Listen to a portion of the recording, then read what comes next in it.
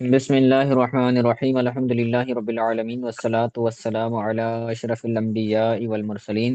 تفسیر جلالین کے اسباق کا سلسلہ ہمارا جاری و ساری ہے اور ہم دوسرا پارہ سورہ بقرہ پڑھ رہے ہیں۔ تو کچھ احکام ہم نے حج کے متعلق پڑھے تھے گزشتہ دروس کے اندر۔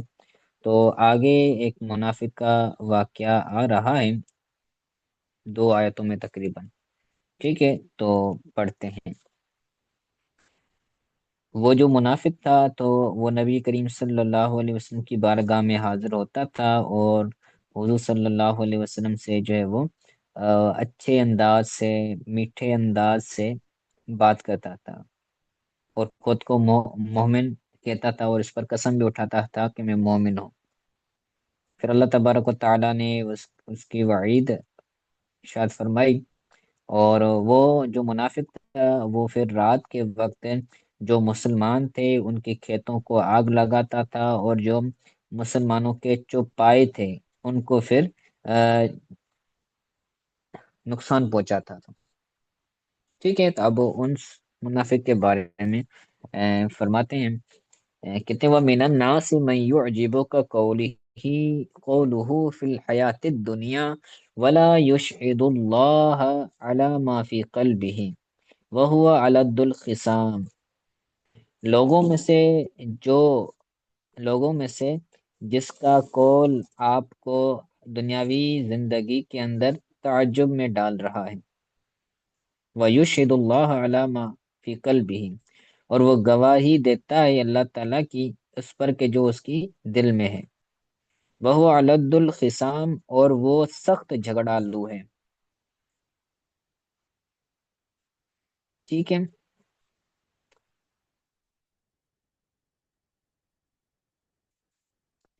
تو ولا یوجب کا فی الآخرت لمخالفت لاعتقادہ، تو یہ تفسیر کے اندر الفاظ ہیں، کہتے ہیں ولا یعجب کا فی الآخرت لمخالفت لاعتقادہ، تو آپ کو اس کا اس آپ کو وہ تعجب میں نہ ڈالے فی الآخرت، آخرت میں، اس کا اپنے اعتقاد کے مخالف ہونے کی وجہ سے، اس کا آپ کے اعتقاد کے مخالف ہونے کی وجہ سے۔ اعتقاد ہی کے اندر جو ہی ضمیر ہے اس کا مرجع نبی کریم صلی اللہ علیہ وسلم کی ذات ہے، یعنی حضور کے اعتقاد کے برخلاف اس منافق کا اعتقاد تھا۔ ٹھیک ہے، تو اس کے اندر غرض مفسر ہوگا وضاحت بیان کرنا، وَأَنَّهُ مُوَافِقٌ لِقَوْلِهِ، کہ وہ اس کے قول کے موافق ہیں، یعنی جو اس کے دل میں تھا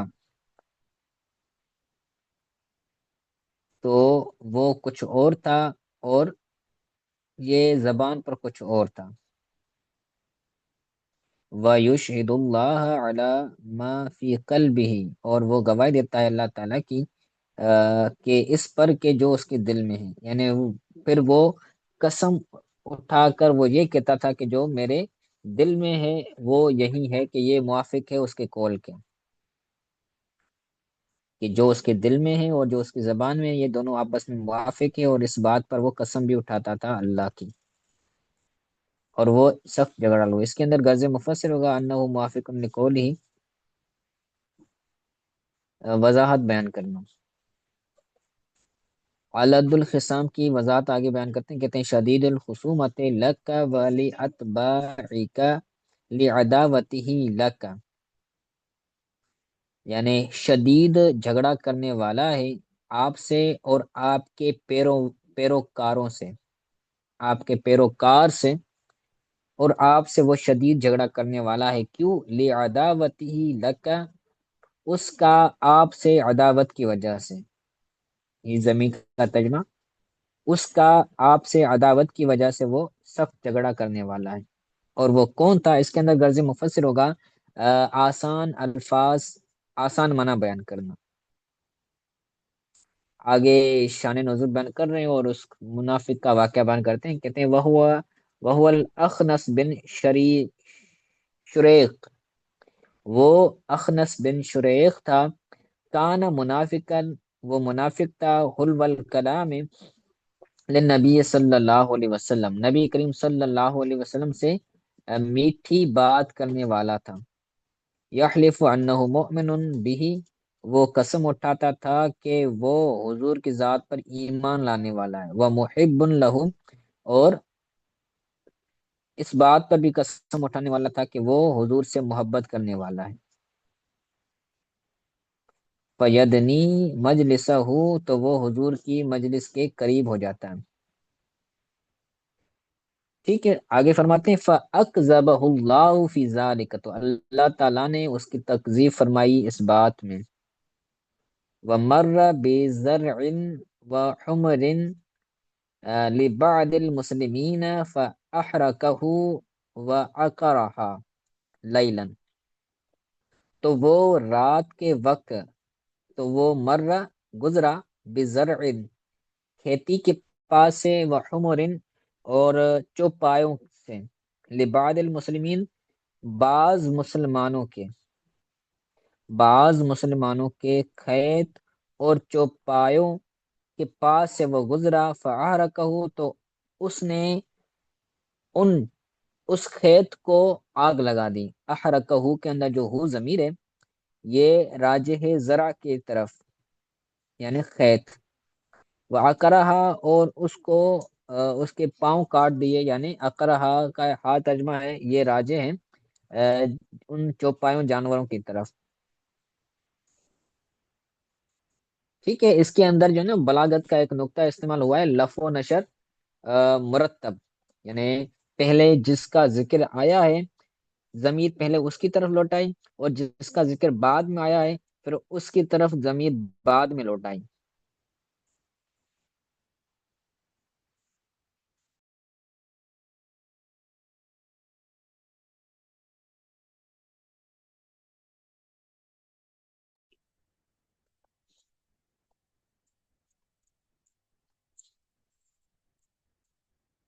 ٹھیک ہے جناب، تو یہ آگے کہہ رہے ہیں لیلن، یعنی رات کے وقت اس نے یہ سب کیا تھا۔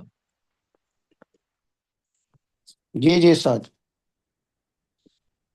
اس کے اندر غرض مفسر ہوگا شان نزول بیان کرنا۔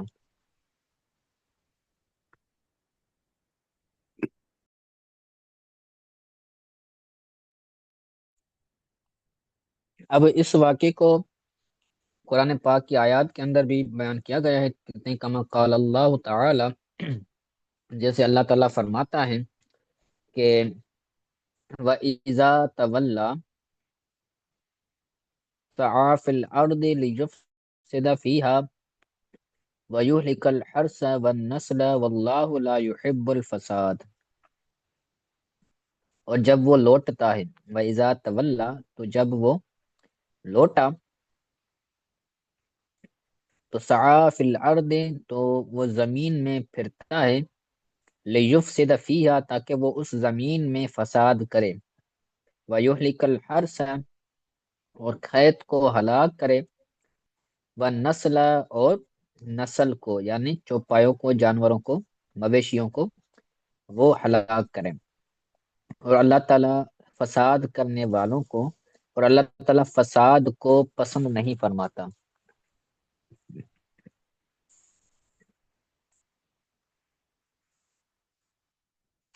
تو تولا کے بعد نکالا ان صرف عنک، یعنی جب وہ آپ سے پلٹتا ہے، پھرتا ہے۔ اس کے اندر غرض مفسر ہوگا آسان معنی بیان کرنا۔ سعا کے بعد نکالا مشا، جب یعنی وہ جب چلتا ہے، اس کے اندر بھی غرض مفسر ہوگا آسان معنی بیان کرنا۔ ون نسل کے بعد نکالا من جملۃ الفساد، یعنی تمام فساد جو کرتا ہے، تو وہ اس لیے زمین میں پھرتا ہے تو بہت سب زمین کے اندر فساد کریں۔ یہ من بیانی ہے، یہاں پر وضاحت کرنا، تفسیر کرنا غرض مفسر ہے۔ اللہ تعالیٰ اسے پسند نہیں کرتا، یعنی فساد کو پسند نہیں کرتا، یعنی لا یرضا بھی، اس فساد پر اللہ تعالیٰ راضی نہیں ہے۔ اس کے اندر غرض مفسر ہوگا آسان معنی بیان کرنا۔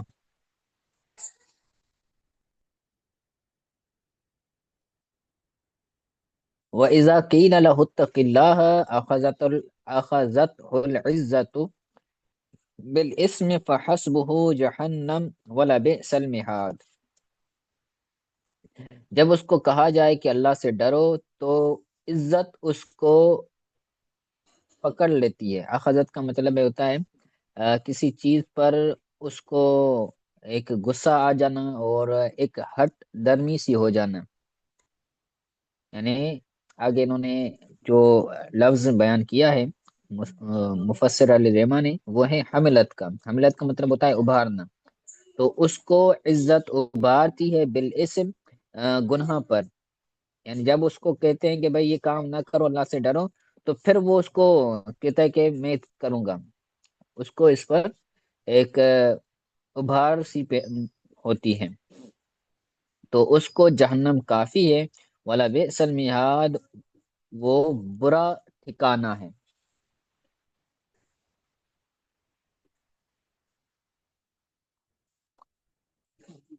یہاں پر لام جو ہے یہ تاکید کا ہے، اور تحقیق وہ برا ٹھکانہ ہے۔ تو اتقلا کے بعد نکالا فی فعلک، یعنی اپنے کام میں، جب وہ لوگ کہتے ہیں کہ تم اپنے کام میں اللہ سے ڈرو، غرض مفسر ہوگا متعلق بیان کرنا۔ اب آگے فرماتے ہیں حملت الانف، انف کہتے ہیں عزت کو۔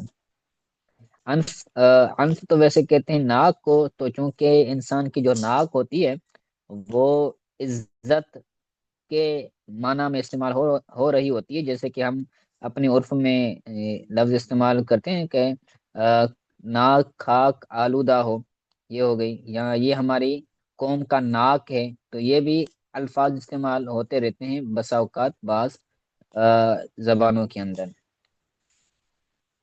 تو اس کو عزت کیا کرتی ہے؟ ابھارتی ہے۔ والحمیت علی علی العمل، اور کام پر ابھارتی ہے حمیت۔ حمیت کہتے ہیں غیرت۔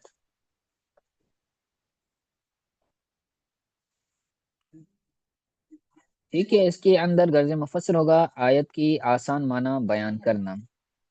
بل اس میں کی بات نکلا الذی امر باتقاہ، یعنی وہ گناہ کے جس سے بچنے کا اسے حکم دیا گیا، تو وہ گناہ، وہ کام وہ کرتا ہے۔ غرض مفسر ہوگا وضاحت کرنا۔ تو اس کو جہنم کافی، یعنی کافی ہے، غرض مفسر ہوگا آسان معنی بیان کرنا۔ میہات کے بعد نکلا الفراش ہی، یعنی جو بچھونا ہے۔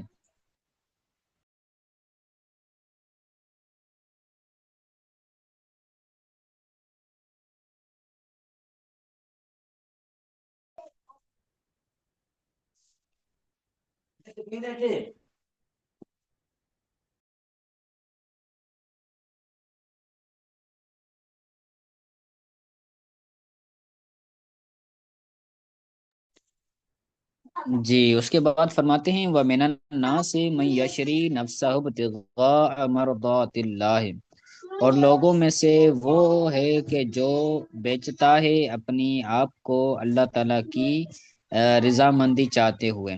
آواز آ رہی ہے میری؟ جی جی استاد جی۔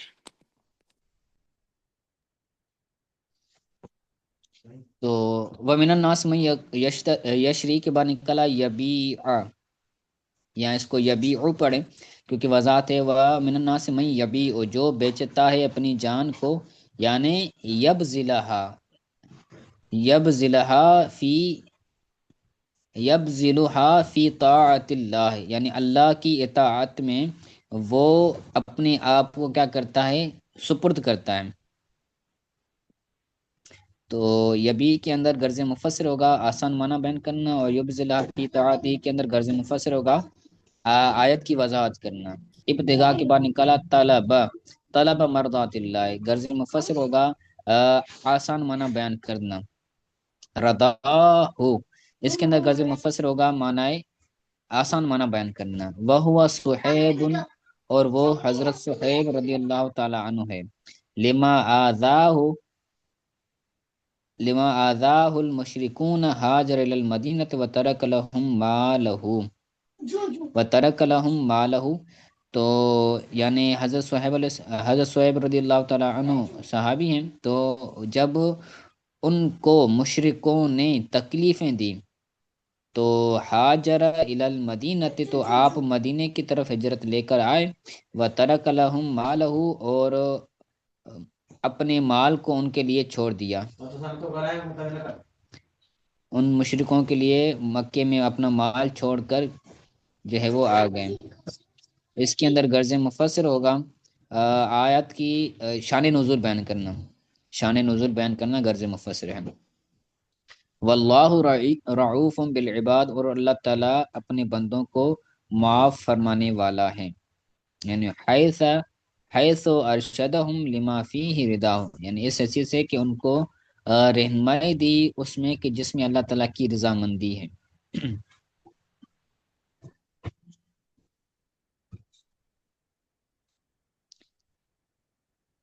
ٹھیک ہے، اس کے اندر غرض مفسر ہوگا وضاحت بیان کرنا۔ آگے والی جو آیت آ رہی ہے اس کا شان نزول بیان کر رہے ہیں کہ وہ نزل فی عبداللہ بن سلام و اصحابہ لما عظم السبت و کرہ العبل بعد الاسلام۔ یہ آیت مبارکہ جو آگے آنے والی ہے، یا ایھا الذین آمنوا والی، تو کہتے ہیں کہ یہ آیت نازل ہوئی ہے حضرت عبداللہ بن سلام کے لیے اور آپ کے ساتھیوں کے متعلق، کہ جب انہوں نے ہفتے والے دن کو بڑا جانا اور اونٹ کو مکرو جانا بعد الاسلام، اسلام کے بعد، یعنی یہ جو حضرت عبداللہ بن سلام تھے تو یہ یہودیوں کے بڑے عالم تھے، یہودیوں کے نہیں بلکہ عیسائیوں کے بڑے عالم تھے، تو یہ بعد میں اپنے ساتھیوں کے ساتھ مسلمان ہوئے تھے، حضور کے صحابی بن گئے تھے۔ تو مسلمان ہونے کے بعد وہ ہفتے والے دن کو کیا کرتے تھے، عظمت والا بڑا سمجھتے تھے، اور اونٹ کو کھانے کو یہ پسند نہیں کرتے تھے۔ تو اس کے اندر ان کے متعلق یہ آیت آگے والی آنے والی آیت نازل ہوئی، تو اس کے اندر غرض مفسر ہوگا شان نزول بیان کرنا۔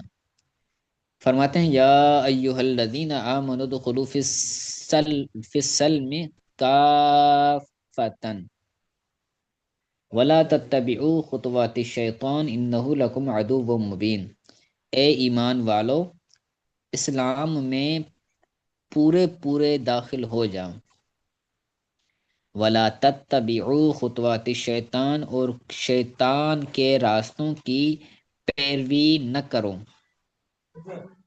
بے شک وہ تمہارا کھلا دشمن ہے، انہ لکم عدو مبین، بے شک وہ تمہارا کھلا دشمن ہے، یعنی وہ شیطان۔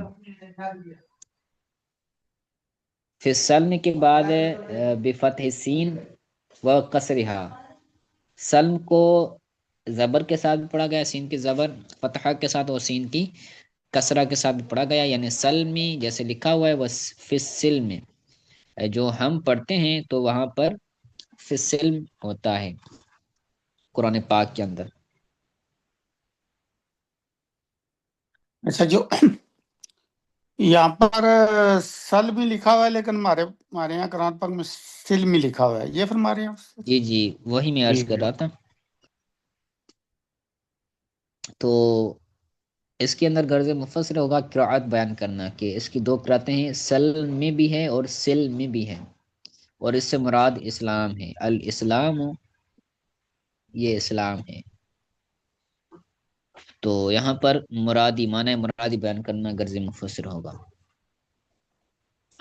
کافتن کے بعد نکلا، یعنی حال من السلم ای فی جمیع شرائعہ، یہ سلم سے کیا ہے، حال ہے، یعنی اسلام کے تمام احکام میں کیا ہو جاؤ، داخل ہو جاؤ، یعنی اے فی جمیع شرائعہ، یعنی اسلام کے تمام احکام میں داخل ہو جاؤ۔ ترکیبی تعلق بیان کرنا اور وضاحت بیان کرنا غرض مفسر ہوگا۔ اور شیطان کے راستوں کی اتباع نہ کرو، یعنی طرق کی شیطان، غرض مفسر ہوگا خطوات کی آسان منع بیان کرنا۔ تزیینہ بالتفریق، یعنی اس کا تفریق کے ساتھ مزین کرنا یعنی وہ تفریق کے ساتھ مزین کرنے کی اتباع نہ کرو، شیطان ان کو تفریق جو ہے تفریق کا مطلب ہوتا ہے فرق، تو اس فرق کو کیا کرتا ہے شیطان مزین کرتا ہے کہ یہ فرق کرو، تو شیطان کے اس تزیین بالتفریق کو تم پیروی نہ کرو۔ غرض مفسر ہوگا وضاحت بیان کرنا، بے شک وہ تمہارا کھلا دشمن ہے، یعنی بین العداوت، یعنی وہ دشمنی میں کھلا ہوا ہے۔ غرض مفسر ہوگا وضاحت بیان کرنا۔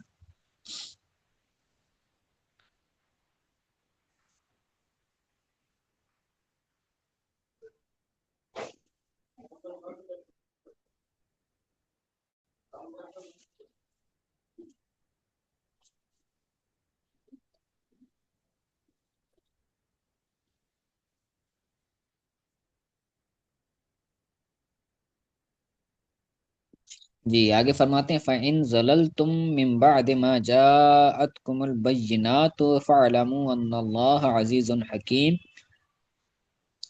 تو اگر تم پھسل جاؤ من بعد ما جاءتکم البینات، بعد اس کے کہ تمہارے پاس واضح نشانیاں آئیں، تمہارے پاس واضح نشانیاں آنے کے بعد اگر تم پھسل جاؤ، تو جان لو کہ بے شک اللہ غالب حکمت والا ہے۔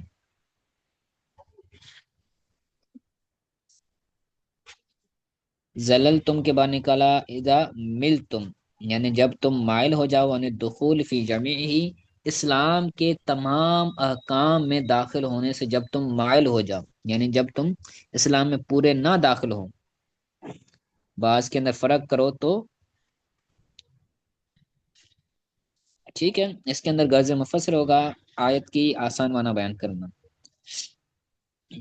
بینات کو نکالا الحجج الظاہرۃ علی انہ حق، یعنی اس اسلام کے حق ہونے پر واضح ظاہر دلائل کے آنے کے باوجود تم اگر اسلام سے پھرو،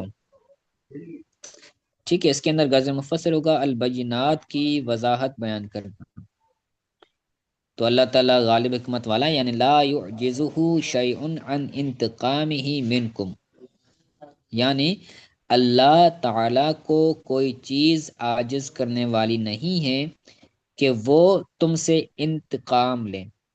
اللہ تعالیٰ کا تم سے انتقام لینا، اس سے کوئی چیز اللہ تعالیٰ کی ذات کو عاجز نہیں کر سکتی، مجبور نہیں کر سکتی کہ اللہ تعالیٰ انتقام نہ لے۔ غرض مفسر ہوگا وضاحت بیان کرنا، عزیز ان کی وضاحت بیان کرنا۔ حکیم ان کے بعد نکلا فی صنعہ، اللہ تعالیٰ اپنے کام میں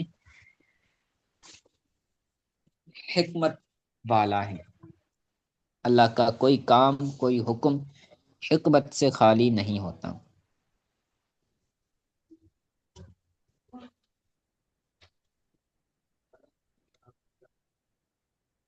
آگے فرماتے ہیں هل ينظرون الا ان يأتيهم الله في ظلل من الغمام والملائكة وقضي الامر والى الله ترجع الامور،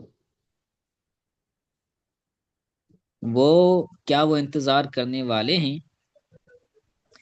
یہ حل جو ہے نا وہ ماں کی معنی میں، یعنی حل یہ نافیہ ہے، حل بمعنی ماں کے، کہ وہ انتظار کرنے والے نہیں ہیں مگر یہ کہ اللہ ان پر عذاب لائے۔ یہ پہلے اس بات ہے تو اس بات کے بعد پہلے نفی ہے تو نفی کے بعد اس بات ہوتا ہے، اللہ جو ہوتی ہے، اللہ سے پہلے اگر اس بات ہو اور اس اللہ کے یعنی اللہ سے پہلے جو جملہ آ رہا ہے اس کے اندر اگر نفی ہو تو پھر اللہ کے بعد والا جملہ جو ہوگا اس کے اندر اس بات ہوتا ہے، تو اگر ہم اللہ کو ہٹا دیں تو پھر دونوں کے اندر اس بات آ جائے گا، ٹھیک ہے۔ تو اگر ہم اللہ کو ہٹا کر تو نفی ختم ہو جائے گی، تو پھر ترجمہ بنے گا کہ وہ انتظار کرتے ہیں کہ اللہ تعالیٰ ان پر عذاب لائے، ٹھیک ہے۔ اور اگر اللہ کے ساتھ ترجمہ کریں تو کریں گے وہ انتظار نہیں کرتے مگر یہ کہ اللہ تعالیٰ ان پر عذاب لائے۔ فی ظلال من الغمام، یعنی اس بادلوں کے سائے میں سے، بادلوں کے سائے میں اللہ تعالیٰ عذاب کو لائے، والملائکۃ اور ملائکہ عذاب لائیں، وقضی الامر اور معاملہ فیصلہ ہو چکا ہے، اور تمام امور اللہ تعالیٰ کی طرف لوٹنے والے ہیں. ٹھیک ہے، ترجع جی الامور یعنی تمام معاملات اللہ تعالیٰ کی طرف لوٹنے والے ہیں. تو اس کے بعد نکلا یاتیہم اللہ کے بعد نکلا اے امرہ، اے امرہ کا قولی یاتی امر ربک. یہاں پر یاتی کا مطلب ہوتا ہے آنا، لیکن یہاں سے مراد ہے اللہ تعالیٰ کا حکم آنا. ٹھیک ہے، اگر اس کا جو وہ ہے صلہ، یاتی فعل کا اگر صلہ با آ جائے تو پھر اس کا ترجمہ بن جاتا ہے لے آنا. تو میں نے ترجمہ کیا لے آنا، تو اگر اس کو با کے اعتبار سے بنا دے تو پھر یہ بنے گا یاتیہم اللہ بعذابہ، کہ اللہ تعالیٰ ان پر اپنا عذاب لائے. ٹھیک ہے، اگر یہاں پر بغیر با کے ترجمہ کریں تو پھر بنے گا اللہ تعالیٰ ان کے پاس آئے، یعنی اللہ کا حکم آئے. کقولی، جیسے اللہ تعالیٰ کا فرمان ہے کہ او یاتی امر ربک، کہ یہاں اللہ کا ان کے تمہارے رب کا حکم آئے. تو یہ قرآن پاک کی دوسری آیت کے اندر اس طرح کا بیان موجود ہے. ایسا کیا مراد ہے عذاب یعنی اللہ کا عذاب، حکم سے مراد اللہ کا عذاب ہے. غرض مفسر ہوگا مضاعف بیان کرنا، کہ امر یہاں پر مضاف ہے، یاتیہم امر اللہ، اللہ کا حکم آئے. اور ٹھیک ہے، عذاب کے اندر غرض مفسر ہوگا وہی مراد بیان کرنا. فی ظلل جمع ذلتن، یہ ظلل ذلتن کی جمع ہے، اور ذلہ کہتے ہیں سائے کو. یعنی جو بادل ہے ان بادلوں کے سائے میں اللہ تبارک و تعالیٰ ان کے پاس عذاب کو لائیں.